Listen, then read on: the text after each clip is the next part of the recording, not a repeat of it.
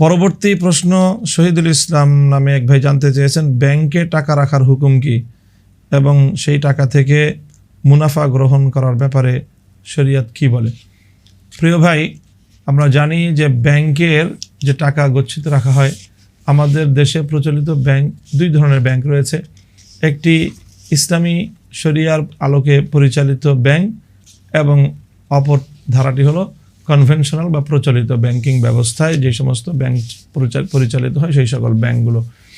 তো এই সবগুলো ব্যাংকের মধ্যেই দুই ধরনের অ্যাকাউন্ট থাকে টাকা গচ্ছিত রাখার। একটি হলো যেটি কারেন্ট অ্যাকাউন্ট, আরেকটি হলো সেভিংস অ্যাকাউন্ট। তো কারেন্ট অ্যাকাউন্টে যে টাকাগুলো রাখা হয় সেই টাকা থেকে কোনো মুনাফা ব্যাংকগুলো দেয় না এবং দেওয়ার কোনো নিয়মও নেই।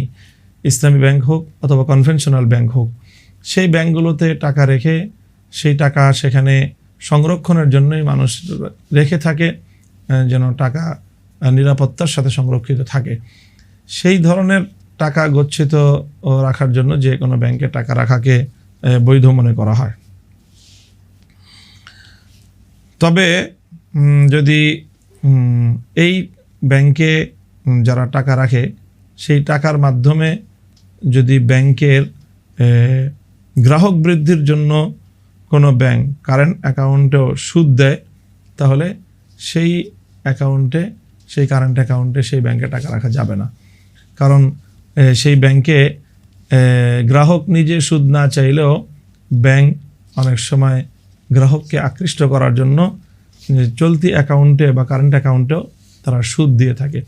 তো যে সকল অ্যাকাউন্টগুলোতে সুদ আসে সেই অ্যাকাউন্টে টাকা রাখার কোনো সুযোগ নেই।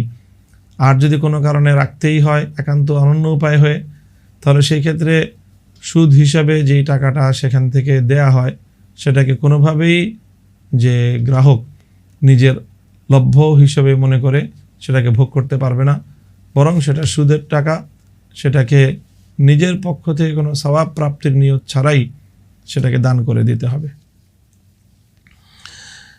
আর বাকি থাকলো ইসলামী ব্যাংক, ইসলামিক ব্যাংকিং যে সকল ব্যাংকগুলো করে থাকে, বাংলাদেশে অনেকগুলো ব্যাংক রয়েছে। সেই ব্যাংকে যদি কেউ টাকা রেখে মুনাফা অর্জন করতে চায়, তাহলে সেই ব্যাপারেও বাংলাদেশের মূলধারার আলেম সমাজ যেটি বলে থাকেন সেটি হলো যে বাংলাদেশে ইসলামী ব্যাংকগুলো যে ব্যাংকিং করে থাকে সে ব্যাংকিংয়ের মাধ্যমে বিভিন্ন জায়গায় টাকা বিনিয়োগ করে তারা যে মুনাফা অর্জন করে, এরপরে প্রাপ্ত সেই মুনাফা থেকেই একটা অংশ গ্রাহকদের মাঝে বন্টন করে থাকে। এখন প্রশ্ন হলো, ইসলামী ব্যাংকগুলো যেই সকল বিনিয়োগ করছে সেই বিনিয়োগগুলো কি পরিপূর্ণ শরিয়ার আলোকে পরিচালিত হচ্ছে? যদি বিনিয়োগগুলো পরিপূর্ণ শরিয়ার আলোকে পরিচালিত হয় তাহলে তাদের অর্জিত মুনাফা এটি হালাল হবে এবং সেই হালাল মুনাফা থেকে তারা তাদের গ্রাহকদেরকে যে অংশটা দিবে সেটাও হালাল হবে। কিন্তু আমরা এ ব্যাপারে পরিপূর্ণ আশ্বস্ত নই যে বাংলাদেশের সকল ইসলামী ব্যাংক এবং তাদের সকল শাখা যত বিনিয়োগ করে সবগুলো বিনিয়োগই যে তারা শরিয়া সম্মত উপায়ে করতে পারে এই বিষয়ে আমরা যথেষ্ট সন্দিহান। এই জন্য আলেম ওলামা এ ব্যাপারে ধর্মপ্রাণ মুসলমানদেরকে যারা তাকওয়া এবং পরহেজগারের উপর চলতে চায় তাদেরকে পরামর্শ দিয়ে থাকে যে টাকা যদি ব্যাংকে রাখতেই হয় তাহলে সেই ক্ষেত্রে সুদী ব্যাংকে না রেখে ইসলামী ব্যাংকে রাখবে। আর ইসলামী ব্যাংক থেকে যেই মুনাফা আসে সেই মুনাফাটাও একেবারে সন্দেহমুক্ত না, যেহেতু পরিপূর্ণ আস্থার জায়গায় এখানে সংকট রয়েছে।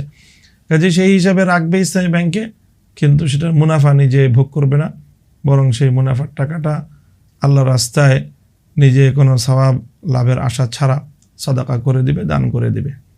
আর যদি কোনো ব্যক্তি ব্যাংকের পূর্ণ অথরিটি এবং পরিচালনা পদ্ধতি সম্পর্কে পুঙ্খানুপুঙ্খ জেনে এ ব্যাপারে নিশ্চিত হতে পারে যে হ্যাঁ, এই ব্যাংকের সকল বিনিয়োগ এটা সম্পূর্ণ শরিয়া মোতাবেক হয়ে থাকে এবং শরিয়ার যে নিয়ম আছে সেই নিয়মগুলো প্র্যাকটিক্যালভাবেই সেগুলো বাস্তবায়িত হয়, তাহলে সেই ক্ষেত্রে সেটি তার ব্যাপার। সে যদি এই ব্যাপারে নিজে আশ্বস্ত হয় তাহলে সে নিজ দায়িত্বে সেই ব্যাংকের মুনাফা ভোগ করতে পারবে।